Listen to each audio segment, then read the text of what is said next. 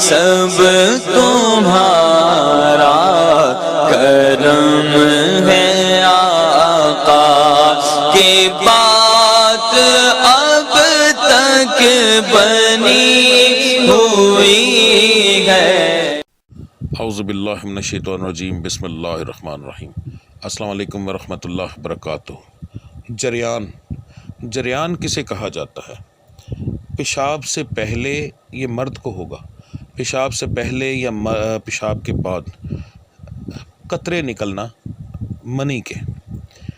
अब ये निकलते क्यों, इसका मतलब ये है कि एक सादी सी मिसाल दे रहा हूँ। एक टैंकी है पानी वाली, जब तक वो ठीक है उससे पानी लीक नहीं हो रहा, मगर जब कहीं मसला होगा उसमें से पानी लीक होना शुरू हो जाएगा।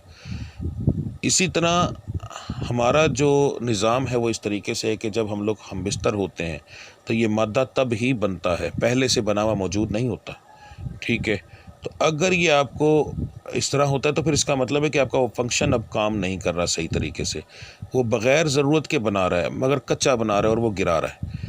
ठीक है जी, तो इसका मतलब यही है कि आप अंदर से अब कमज़ोर होते जाओगे। इसका नतीजा छाइयाँ पड़ना होगा, वजूद में तकलीफ़ें, मिजाज में चिड़चिड़ापन और बहुत ज़्यादा कमज़ोरी, चक्कर आना, ये सारे मामलात इसके साथ होते हैं। और सबसे ख़तरनाक चीज़ ये है कि आप नापाक होते हैं। ठीक है जी, तो इसका इलाज मैं बताने लगा हूँ, नोट कर लें। सफ़ेद मूसली 1 छिटाक, काली मूसली 1 छिटाक, अकरकरा 5 माशे।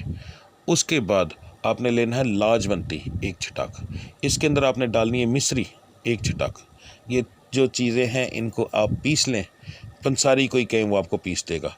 पीसने के बाद आपने इसके अंदर थोड़ा सा शहद मिलाना चाहें तो वो मिला सकते हैं। अगर गोलियां बनानी हो तो गोली बनेगी चने के दाने के बराबर। अगर आप वैसे खा सकते हैं क्योंकि इसका जायका बुरा नहीं होता, आम सा जायका होता है, ना कड़वा होता है ना मीठा होता है। मिश्री डालने से हल्का सा फ़र्क पड़ जाता है, मीठा बल्कि हो जाएगा। तो अगर आप वो चीज़, अगर आपने शहद डालना है फिर मिश्री ना डालिएगा, ये चीज़ यहाँ पर कन्फर्म कर दूँ आपको। ठीक है, अच्छा, आपने ये चीज़ अगर आपने कर लेते हैं, वैसे खाना चाहें तो आपने टीस्पून जो होता है वो आधा चम्मच, फुल ऊपर से टीसी लगा के नॉर्मल सा आधा चम्मच आपने रात को खाना खाने के बाद आपने इस्तेमाल करना है। ठीक है जी, नीम गर्म दूध के साथ खाना खाने के तकरीबन आधे घंटे के बाद आप ये इस्तेमाल करेंगे। इसको इस्तेमाल करने के बाद फौरी तौर पर सो नहीं जाना। अपने खाने की रूटीन बना लें कि थोड़ा सा आप सोने से 2 घंटे पहले खाना खाएं, आधे घंटे के बाद ये दवाई खाएं, उसके बाद कम से कम 1 घंटा जागें, फिरें टुरें, बातें करें, जो मर्ज़ी करें। ठीक है, मोबाइल पकड़ के बिस्तरे पर लेट जाना भी सोना ही होता है, क्योंकि आप तो एक जगह से हिलोगे ही नहीं 20-20 मिनट। ठीक है, तो लोग मोबाइल पकड़े हुए घंटा घंटा उनका गुजर जाता है। यहाँ तक ऐसे लोग भी मेरे पास आए हैं, वो बेचारे उनके बाजू को तकलीफ़ शुरू हो गई, क्योंकि वो एक जगह पर सिर्फ मोबाइल को पकड़ के टिकटॉक या कोई ऐसी चीज़ें ही देखते रहते हैं, तो बाद में वो तकलीफ़ें उनको शुरू हो जाती हैं।